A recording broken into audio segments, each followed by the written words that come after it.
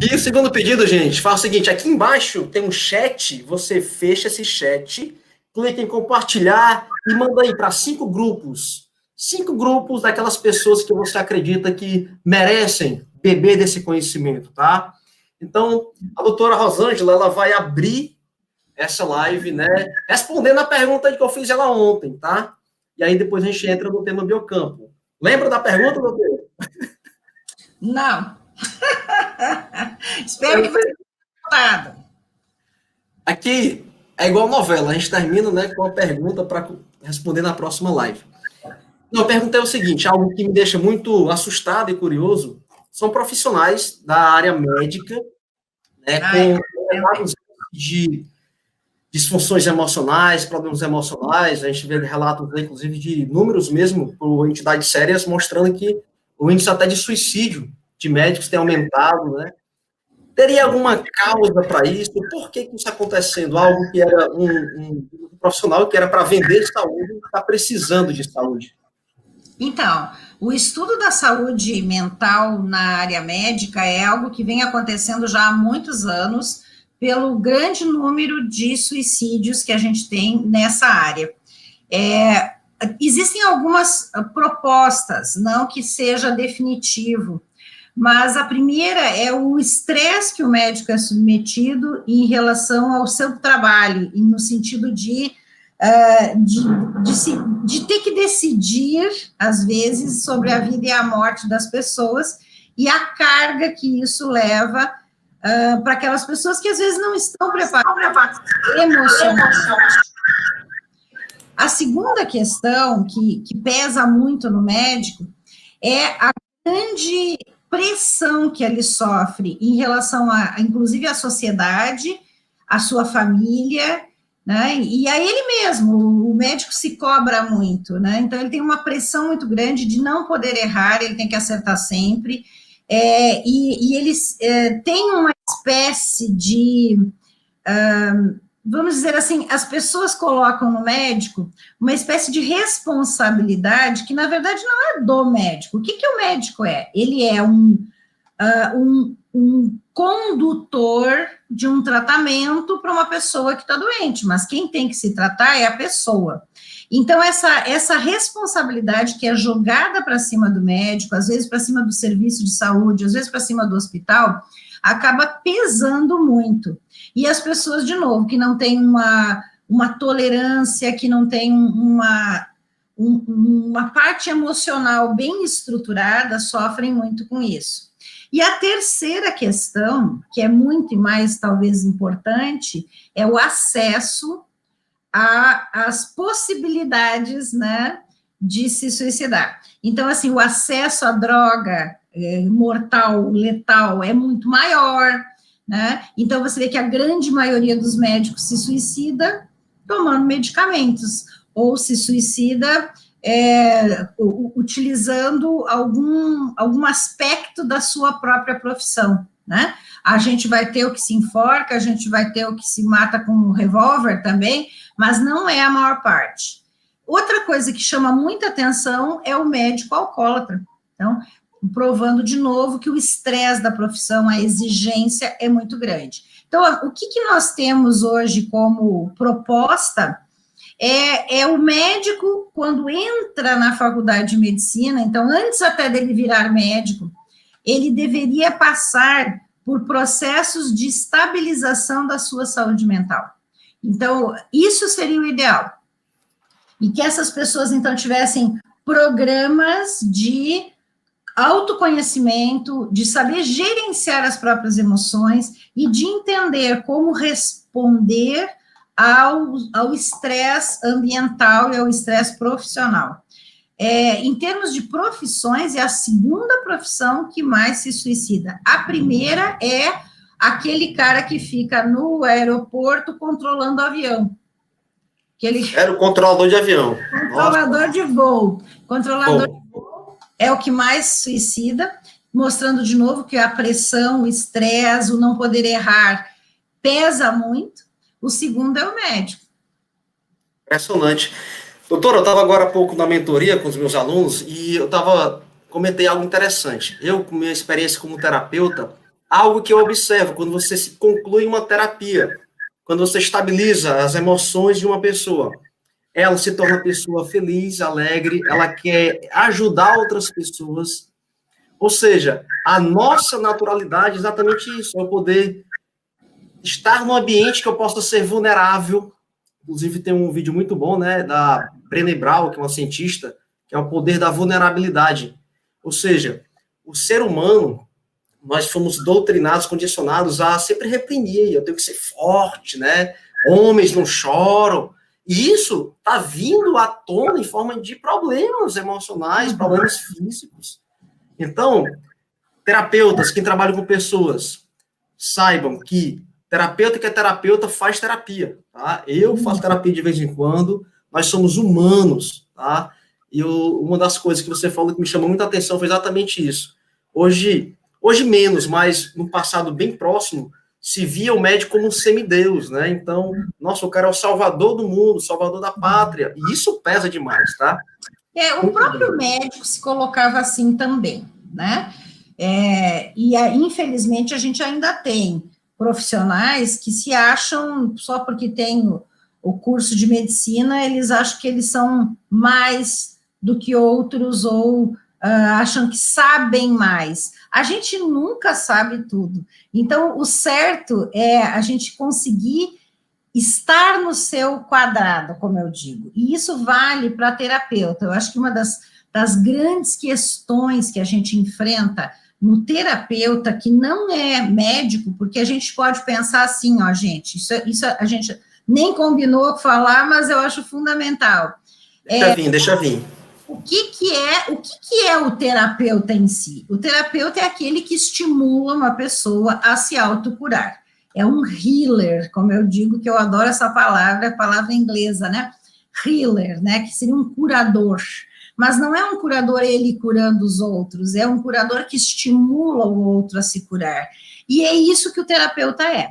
Então, ele precisa saber qual é o espaço dele dentro da formação que ele tem e da experiência que ele tem. Então, quando a gente fala terapeuta floral, por exemplo, a gente pode ter médico que é terapeuta floral, a gente pode ter professor que é terapeuta floral, a gente pode ter um engenheiro que é terapeuta floral. Então, a formação do terapeuta floral vai determinar a base de onde saiu para aprender sobre terapia floral, e aí, para ser terapeuta floral, tem que conhecer terapias florais. Aí, se você é um terapeuta floral quântico, por exemplo, que é o que eu ensino na minha base, né, dentro da Escola Internacional de Desenvolvimento, a gente tem lá tanto a extensão quanto a pós nessa área, a gente está ensinando basicamente como utilizar uma terapia que é baseada na física quântica, mas que é um produto, que é um floral. Então, o fato de você aprender uma terapia que te forma terapeuta não quer dizer que você tenha que fazer cirurgia de cérebro. Então, as pessoas têm que ter essa noção. E isso é fundamental para não entrar nessa neura de achar que tem que saber tudo ou que a pessoa, porque conhece uma coisa, sabe tudo. Ninguém sabe tudo, isso já está bem determinado. Então, o mais importante que eu vejo é conhecer profundamente a técnica, fazer isso de uma forma prática, então ter a prática, ter a experiência e saber aonde que você vai fazer o teu espaço. Então, se você é um médico que fez terapia floral, você vai ser um terapeuta floral com uma base muito maior da fisiopatologia do que o engenheiro que não tinha estudado fisiopatologia antes. Não quer dizer que os dois não vão ser terapeutas florais, os dois vão ser. Só que o quadrado que o médico se coloca é diferente do quadrado que o engenheiro que aprendeu terapia floral se coloca. Pode ser que na terapia floral o engenheiro saiba até muito mais que o médico, mas ele tem que se colocar no quadrado certo, que é atender os seus pacientes no nível da terapia floral, sem estar criando expectativas em si mesmo de que vai resolver um problema que teria que ser encaminhado para um serviço de saúde médico. Eu não sei se o momento é certo de falar isso, mas eu acho isso fundamental, porque muitas pessoas me dizem, mas Rosângela, você é médica, e você fica falando de terapias, e você fica ensinando terapeutas. Claro, eu tenho um conhecimento muito maior, eu sou a pessoa certa para ensinar, na minha opinião. Só que o que eu quero que todo mundo entenda é que a gente não está formando médico meia boca, a gente está formando um terapeuta, que pode ser muito superior ao médico naquilo que ele faz. Quer ver um exemplo? Você fez hipnoterapia. Duvido que tenha mais que 20 médicos no Brasil que saibam o que é hipnoterapia. Então, você é muito superior que um médico na hipnoterapia, porque você aprendeu, praticou, está utilizando, você tem a sabedoria, o conhecimento e a prática. Mas você não vai fazer um ato médico, porque você é terapeuta. É isso que eu estou querendo dizer. Se a gente souber se colocar no seu espaço, no seu quadrado, com o seu conhecimento, e saber profundamente aquilo que você quer saber e trabalhar dentro daquilo, diminui muito esse estresse e essa cobrança que a própria pessoa ou a sociedade, ou seja quem estiver na volta, faz. E eu vejo isso, então, para a questão do terapeuta, mas também para a questão do médico. Ele também tem que se colocar nesse espaço dele. Aprendeu sobre fisiopatologia, sabe como atender uma pessoa, sabe como tratar, mas ele tem o seu quadrado. E é óbvio que um cirurgião, né, vamos dizer, um cirurgião geral, ele vai ser muito melhor como cirurgião geral do que como, por exemplo, médico estética. Não é o que ele aprendeu a fazer. Mas ele pode fazer estética, sim, vai lá e faz um curso de estética. Então, eu quero deixar muito claro isso, já que a gente falou na saúde mental do médico ou dos profissionais da área de saúde. A gente precisa ter isso em mente. A saúde mental está ligada com a tua segurança naquilo que você sabe e naquilo que você aplica. E tem que ficar no seu quadrado para não criar expectativas erradas. Só lembrando, gente, que nós temos um tema dessa aula, mas naturalmente nós vamos, né, fugir de vez em quando, porque são os downloads, os acessos, né, doutora? A gente vai acessar outras coisas e vamos deixar a conversa livre.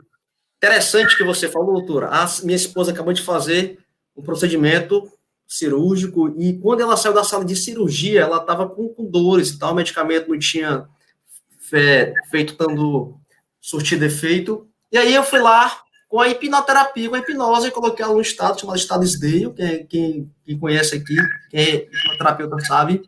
E ela, a dor neutralizou, ela ali, ficou ali, quietinha, calma. Ou seja, eu sempre falo, quanto mais práticas você tiver condições de aprender, melhor. As pessoas chegam para mim e falam, Cleiton, qual é a melhor terapia? Barras, FT, Ho'oponopono, constelações? Eu falo, aquela que serve para você, aquela que funciona com você, né?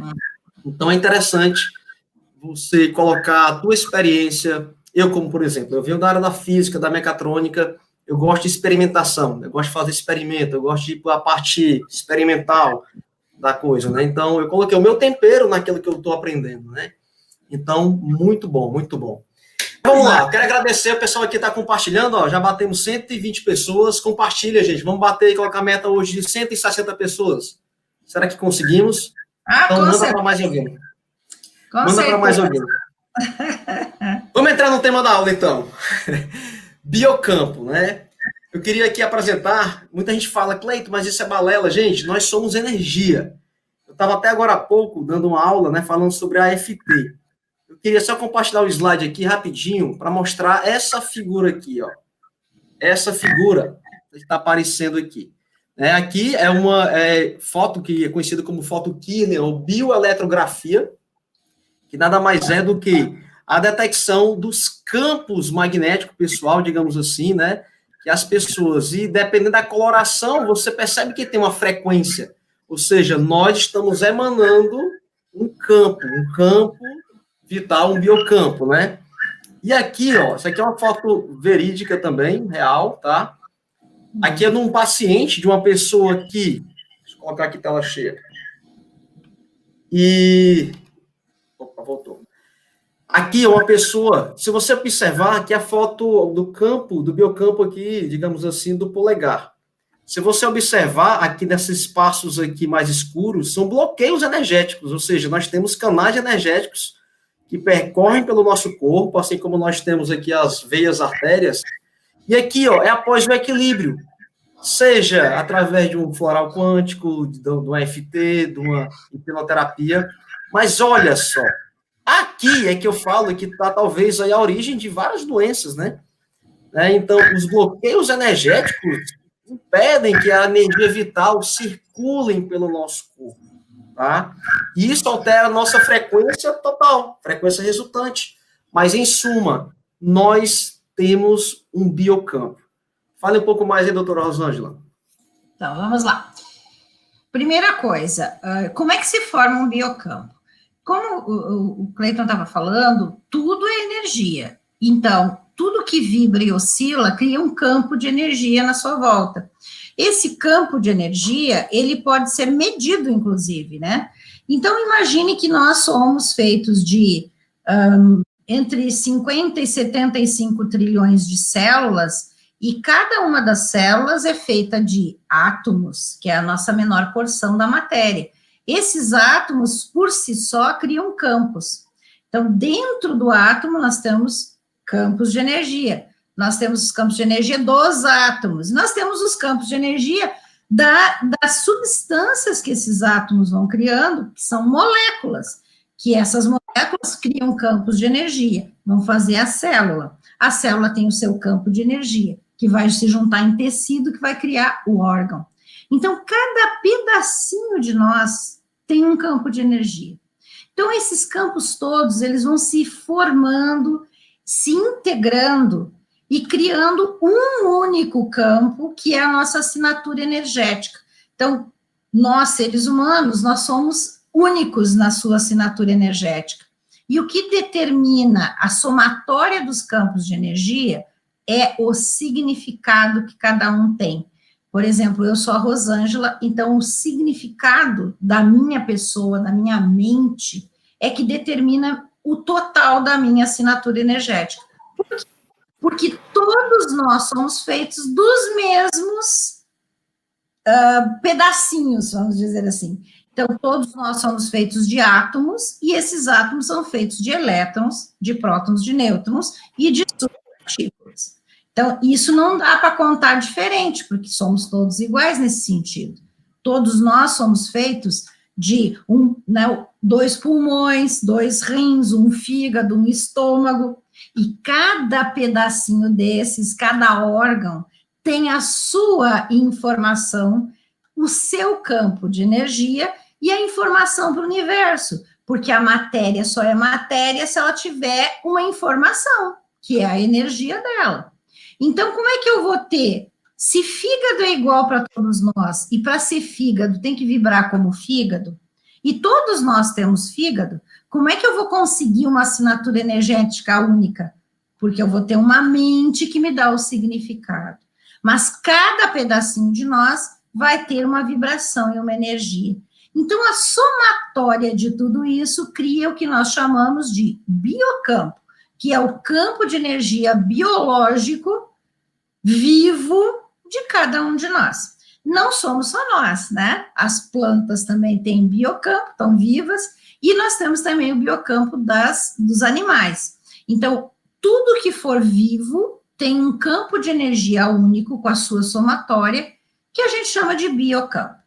No caso do ser humano, o interessante é que quem controla, quem mantém e quem organiza o biocampo são aqueles biofótons que a gente até comentou ontem, né? Então, a gente produz correntes de energia de baixa voltagem, né, bem baixinhas, a gente tem correntes de energia que encarrega a informação. E a informação mais valiosa que nós temos é a informação do DNA. Então, o nosso DNA é um grande produtor de biofótons. Esses biofótons, como eles andam na velocidade da luz, e juntando todas as informações do nosso corpo, eles também têm uma outra vantagem, como eles são rápidos e facilmente produzidos, eles também não precisam ser muitos. Então, a gente sabe que existem poucos biofótons, mas eles já fazem todo o seu trabalho, e na necessidade as células produzem mais biofótons.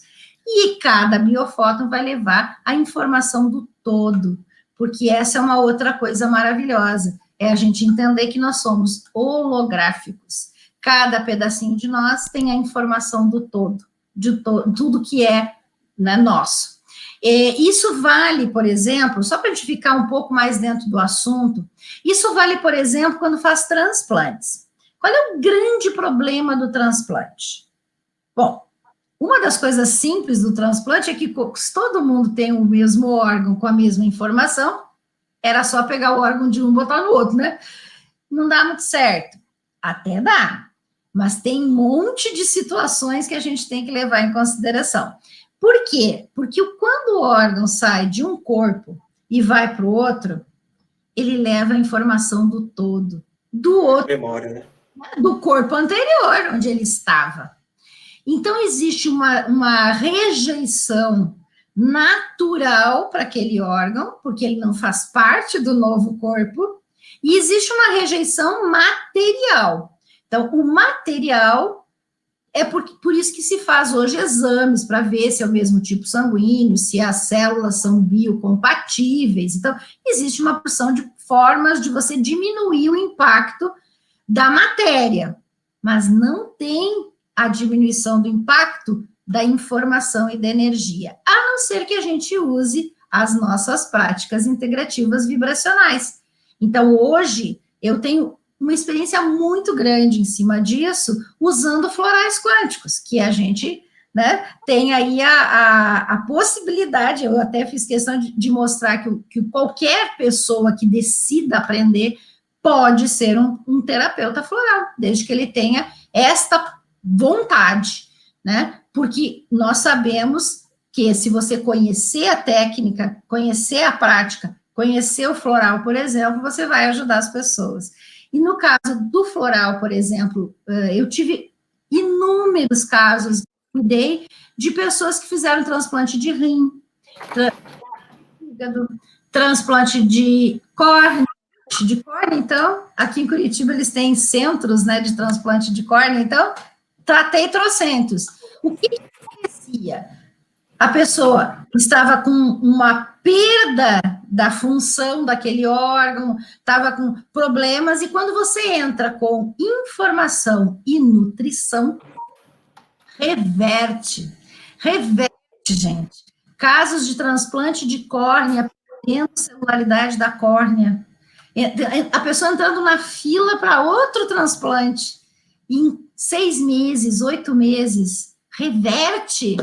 Eu tive N casos, eu tive muitos casos, pessoas por exemplo, com um transplante de rim, que é também um transplante bem mais comum, transplante de medula, já atendi vários casos, mesma coisa, num processo de rejeição, começa a voltar para trás, para de rejeitar, está usando medicação, claro que está, eu não estou dizendo aqui que a gente faz milagre, muito menos que a gente vai tirar a medicação das pessoas, mas quando você entra com aquela técnica, com aquela prática, com aquele produto, que tem a vibração daquele órgão e que vai fazer com que a pessoa responda de forma diferente, muda tudo, muda tudo. É impressionante isso. E isso, para a gente ter essa noção do que é o biocampo, porque naquele momento que você dá informação pura, saudável daquele órgão, o órgão começa a modificar a sua informação. E aí ele para de ficar ligado no corpo anterior e começa a aceitar estar no corpo novo. É muito interessante. Inclusive, eu tive um caso de uma menininha de 16 anos que fez transplante de coração. Ela nasceu com uma malformação cardíaca, e aí deu certo, entrou na fila, deu certo, fez um transplante de coração. E ela me procurou numa situação bastante difícil, a família, eu conhecia a família me levou. Uma situação muito difícil, porque a criança, né, agora adolescente já, nunca tinha conseguido ter vida normal, né, porque o coração não batia direito. E aí, com o coração novo. E olha que interessante, porque as pessoas verbalizam isso, gente. É impressionante. Essa menina chegou para mim numa situação bastante difícil, né, tomando uma porção de medicação, usando oxigênio, porque, né, precisava de oxigênio para ajudar na passagem lá do sangue, em cadeira de rodas, porque ela não conseguia caminhar, e ela chegou para mim e disse assim, doutora, eu sei o que está acontecendo comigo agora. Antes meu coração era meu e não funcionava. E o que está acontecendo agora, doutora, é que o coração novo que eu recebi, ele não gosta do corpo que eu tenho. A verbalização dela. O coração novo não gosta do corpo que eu tenho. E eu disse, então vamos fazer ele gostar, não é verdade? Na época eu já usava o Ho'oponopono, que eu sou apaixonada por Ho'oponopono. Eu ensinei para ela o Ho'oponopono, ensinei para a mãe e para ela, e disse para as duas fazerem juntos, né? E passei o cardinalis, passei um umbilico, na época muito eloquente, que se tivesse teria usado, mas eu tinha o cardinalis e o umbilico, e mais algumas coisas, né? Eu fiz lá um protocolo. E ajustei a parte de complementos alimentares, né? Que minha especialidade na medicina era nutrologia. E aí, o que aconteceu, gente? Em um mês, ela começou a diminuir a quantidade de medicamentos imunossupressores, né? Que são para não dar rejeição. Em 3 meses, ela veio para mim, 3 meses só, ela veio para mim andando, ela não estava mais... E ela chegou e disse assim, sentou, né, e disse assim, doutora, aquele negócio que a gente repete todo dia, eu digo, o Ho'oponopono, aquilo lá me faz muito bem, tanto que a minha mãe às vezes dorme e eu faço sozinha, porque agora já decorei, diz ela. Eu gosto muito daquilo, mas eu quero lhe dizer que aquela sensação de que o coração não gostava do meu corpo passou. Eu não tenho mais essa sensação. Aí eu perguntei, mas e você sente que esse coração agora é teu? Ela disse, não, não é meu. Tá bom. Mais 3 meses, então 6 meses de tratamento, ela voltou. Super bem, já andando bem, se sentindo outra pessoa. Sentou lá, né, de novo, e eu sempre faço muita conversa, né, nas consultas, e aí ela foi sozinha. A mãe dela estava estacionando o carro, sei lá o que aconteceu, ela tinha entrado sozinha, ela não estava com a mãe. E aí ela sentou e disse assim, doutora, eu acho que eu vou arranjar um namorado. Eu disse, nossa, que legal. É sim, porque agora, doutora, eu descobri que o coração agora é meu. Olha aí. Agora o coração é meu, eu já vou arranjar um namorado. Oh, coisa boa. Gente, não tem preço. Isso não tem preço. Inclusive, tem um livro que eu apresento nos meus cursos, que é o The Rust Code, Dr. Paul Pisson, que ele fala o código do coração. Ele mostra vários relatos de pacientes transplantados que começaram a ter comportamentos, hábitos da pessoa do doador. Ele fala até de um caso bem interessante. Uma criança de 7 anos que foi assassinada, né, e ela doou o coração para outra de 9 anos. Ela veio a falecer, o pai faleceu, enfim, foi uma invasão na casa, enfim, que ela veio a falecer. E a pessoa que recebeu o coração da criança de 7, foi a criança de 9 que recebeu o coração, começou a ter pesadelos e sempre pesadelos com uma história repetida, que eram homens encapuzados entrando em um local e querendo pegar ela. E ficou persistente, a mãe buscou a psiquiatra entendendo dessa memória celular, e aí convidou exatamente um detetive da polícia para relatar a fisionomia daquelas pessoas que apareciam no sonho, no pesadelo daquela criança. E aí, adivinha, era exatamente as pessoas que tinham assassinado uma criança de 7 anos. Ou seja, o coração carregou toda a memória, muita memória, para aquela outra criança. Mais uma prova de que tudo é informação. Nós carregamos informação nos nossos órgãos. E aí já entrando em outra área, doutora, interessante falar que o somatório desses campos me gera um endereço vibracional, né? Quando, por exemplo, eu vou usar aqui a radiestesia, né? quando eu vou fazer a medição com radiestesia, ou com pêndulo, ou com aurímetro, ou com o seu equipamento, né, o holoteste, que você vai falar depois. Nesse momento, gente, eu, através de um biomarcador, pode ser o seu nome com a data de nascimento, olha só o equipamento da doutora aí. Isso é outro equipamento de radiestesia, muito interessante, estou com o meu aqui. Bacana, depois você fala mais sobre ele. Ou seja, eu com fio de cabelo, é um biomarcador, tem memória, eu acesso, é um endereço vibracional do meu biocampo, é uma gota de sangue, né? Ou seja, assinatura, né? Se você pegar um lápis, é melhor que seja com carbono, com carbono, né? O lápis, lápis é carbono.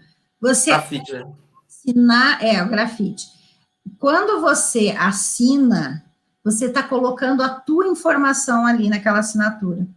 Se você assinar no papel branco e com grafite, com lápis, fica toda a informação ali.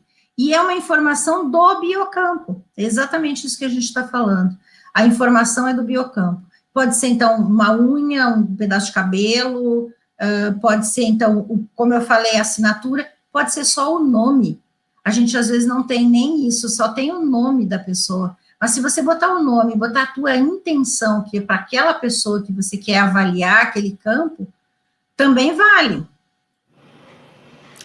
Assim, doutora, para a física quântica, vamos falar de forma quântica, quando eu penso em alguém, eu estou me conectando com ela. É tanto que acontece aquele processo no qual eu pensei na minha mãe me manda o WhatsApp, ela me liga, pensei no amigo, ele aparece. Então, quanticamente falando, nós estamos se conectando a todo momento. Esses biocampos, eles se conversam, tá? Inclusive, é muito comum, por exemplo, eu estou em um ambiente, é muito comum isso em curso, em aulas, né, em grupos. Eu estou ali e aí uma pessoa fala, professor, eu queria perguntar algo, aí o outro fala, nossa, era a mesma pergunta que eu queria perguntar. Ou então um tem uma ideia, o outro, cara, eu tive essa ideia agora. Ou seja, existe um compartilhamento de informações que não é perceptível pela mente consciente, né? Os biocampos vão sintonizando e se conversando. Na verdade, aí nós temos que lembrar, dentro da física quântica, de uma coisa muito importante, que é a não localidade. E as pessoas têm muita dificuldade de entender isso, né? Bom, é óbvio que é tão complicado de entender que até hoje a gente não tem a explicação perfeita, né, da não localidade, apesar de que temos a comprovação em laboratório, feito nas Ilhas Canárias, em 1984.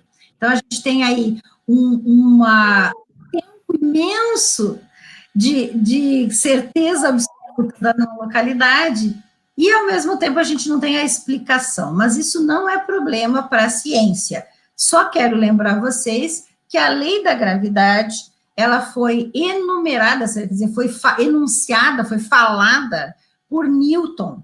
Mas quem explicou como que funcionava foi Einstein, na sua teoria da relatividade, 284 anos depois. Então, levou 284 anos para a gente saber como que acontecia a lei da gravidade. Então, passou 30 anos, né, que descobriram essa não localidade, para a gente saber exatamente como é que ela funciona. Mas o importante da não localidade é que ela está ligada com o biocampo. Por quê? Porque a não localidade é, no momento que você tem uma conexão entre duas fontes de energia ou matéria que seja, nunca mais essa conexão se quebra, a não ser que você tenha uma intenção de quebrá-la. Essa conexão vai ficar ligada em qualquer espaço, porque o espaço para não localidade não existe, por isso que é não localidade, ou seja, não tem o espaço, ele não existe, assim como o tempo não existe. Então, gente, é muito interessante porque o biocampo, ele tem a informação do todo em qualquer espaço, em qualquer tempo. Essa é uma coisa importante, porque eu consigo avaliar o biocampo de uma pessoa que está, por exemplo, do outro lado do mundo. E mesmo que leve, né, 24 horas para chegar lá, se eu pegar um avião, naquele momento, no aqui, no agora, a gente está avaliando aquela pessoa. Então, isso é algo que a não localidade é a responsável cientificamente, mas que dá nó na cabeça das pessoas. E aí eles começam a achar que isso é sobrenatural, ou que não existe, né? Por isso que a minha tese de PhD dentro da medicina integrativa quântica no Havaí é em cima da radiestesia científica. Incrível. Me trouxe, né, enquanto eu estudei, eu levei 6 anos quase para fazer o doutorado, enquanto eu fui estudando no meu doutorado, aquilo vinha na minha cabeça e dizia assim, mas alguém tem que escrever mais sobre isso, alguém tem que falar mais sobre isso. E eu achei que era eu. E eu comecei a fazer os estudos. Tanto que eu tenho o meu livro, né? O meu livro, Avaliação do Biocampo, através do Holotester, que é exatamente o instrumento que eu criei junto com o Ricardo Monteiro, que ele é o artista, eu só dei palpite, vamos ser honestos aqui, né? Porque de palpiteira eu sou boa. Então, quando eu escrevi isso, eu escrevi baseado na minha tese, tá? É a primeira vez que uma tese de PhD ela é depois do livro, porque quando eu estava escrevendo a tese para o doutorado, me veio essa ideia, e aí eu acabei escrevendo o livro em cima do que eu tinha escrito para a tese, né? A tese tem 130 páginas, né? E aí, o que aconteceu? Eu vou falar mais sobre o biocampo, que, aliás, é algo que me apaixona, né, gente? É apaixonante, porque é algo, assim, fantástico que você consiga avaliar as pessoas, você consiga pegar a informação da pessoa, e é uma informação muito lógica. A gente faz uma avaliação, e a gente pode perguntar o que a gente quiser, desde que a gente tenha a permissão para isso. E é isso que me agrada tanto no biocampo. Mas para ficar muito claro, né, o que é o biocampo? É um campo é uma somatória de todas as informações da pessoa, criando um campo de energia que tem a ver com a vida, né? Um biocampo, ou seja, um campo que está vivo. E esse campo no ser humano é coordenado pelos biofótons. Acho que ficou claro, né? Ficou demais. A gente fala, né, algumas vezes em radiestesia, acha-se que é algo muito novo, mas algo tão antigo, gente. Antigamente se usava radiestesia para encontrar água. Fazendo um paralelo, só para a gente ir para a reta final, estou achando que o tempo está pouco. Está pouco 30 minutos para esse bate-papo. É muito Mas, assunto. Eu quero agradecer o pessoal que compartilharam. Estamos aqui com 164 pessoas ao vivo, tá? Amanhã vamos bater acima de 200. É só a segunda aula.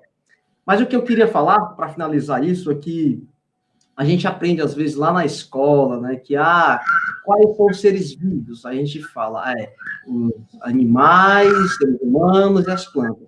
Só que se eu pegar, por exemplo, essa garrafa e eu tirar aqui uma foto dela, tirar aqui fazer uma biorressonância, digamos assim, uma foto Kirlian, eu vou ver vida, vou ver um campo magnético, né? Ou seja, o campo está presente em tudo. E é aí que entra. Você vai ver a energia que emana, né, de cada coisa, mesmo das coisas que não têm vida, mesmo nas coisas inanimadas. Continua tendo campos energéticos. Isso é maravilhoso. Continua tendo campos energéticos que, na verdade, em última instância, existem elétrons ali que compõem o material. Elétron é uma movimentação de energia que tem consciência. Informação. E que tem consciência. Com consciência. Mostrou isso, não foi? O elétron atende o desejo do observador. Exato. Tem a consciência. Então, para que, por exemplo, já que a gente está falando nisso, a gente tem campo energético com assinatura energética de tudo. O biocampo é que tem que ser vivo, porque o nome bio é a biologia, né? Então, quando a gente fala de biocampo, a gente está falando dos campos das coisas vivas. Mas uma garrafa, por exemplo, ela tem campo energético com a sua assinatura energética, sim. Porque tudo que existe tem uma assinatura energética com a informação para o universo. Ou seja, tudo tem consciência. É por isso que muitas vezes eu tenho uns alunos meus que falam, Cleiton, a impressora lá em casa deu problema, comecei a fazer o Ho'oponopono e ela funcionou. Ou seja, existe uma conexão íntima entre o seu biocampo e o campo da impressora. Existe um entrelaçamento. Funcionou. Entrelaçamento quântico. Em qualquer coisa, né? Quer ver uma coisa fantástica? É você estar numa estrada, para tudo e você começa a fazer o Ho'oponopono. É muito rápido, né? O negócio começa a andar. Eu conheço uma pessoa que com o Ho'oponopono conseguiu, acho que foi não cancelar um voo de avião. Baixou o avião lá, eu vou contar essa história. Conte depois. Mas, gente, passamos aqui um pouco aqui do tempo dos 30 minutos.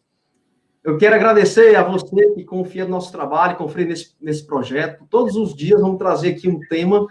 Tá? O tema de hoje foi biocampo. Às vezes a gente vai sair um pouquinho do tema, é natural, né? Muita informação para passar em pouco tempo. E amanhã, 21h30, estaremos aqui de novo, tá? Eu e a doutora Rosângela, ou só a doutora Rosângela, ou sou eu. Eu acho que está muito pouco tempo, acho que vamos fazer assim, doutora. Uma live minha e uma sua, que tal? Ficar revezando? Podemos, mas o gostoso é esse bate-papo, né? Tá bem, pode ser. Viu, doutora Rosângela, quer deixar uma mensagem final aí para esse povo lindo aí? 154. Eu vou deixar uma pergunta, então, né? Já que a gente vai sempre deixar uma pergunta, e nós falamos que vamos voltar para falar de radiestesia, podemos falar no próximo, né? Amanhã, para complementar o assunto, nós podemos falar de radiestesia. Excelente. A pergunta que eu vou deixar no ar é o seguinte: o que você precisa, Cleiton, fazer para ser um bom radiestesista? Uau, excelente. Já está vendo as ideias aqui. O que é preciso? O que a gente precisa para ser um bom radiestesista? Vamos conversar sobre isso amanhã, porque é muito legal. Excelente. Só para fechar, eu fiz uma série de lives, né, e eu chamava pessoas ao vivo para fazer a medição de radiestesia. Eu acho que algumas pessoas aqui acompanharam, e era impressionante, né, como nós conseguíamos chegar em algo muito próximo do que aquela pessoa estava passando, só pela leitura dos chakras, né?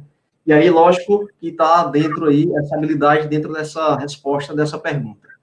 Gente linda, beijo no coração, tenha uma noite maravilhosa. Doutora Rosângela, obrigado, e amanhã, 21h30. Até amanhã.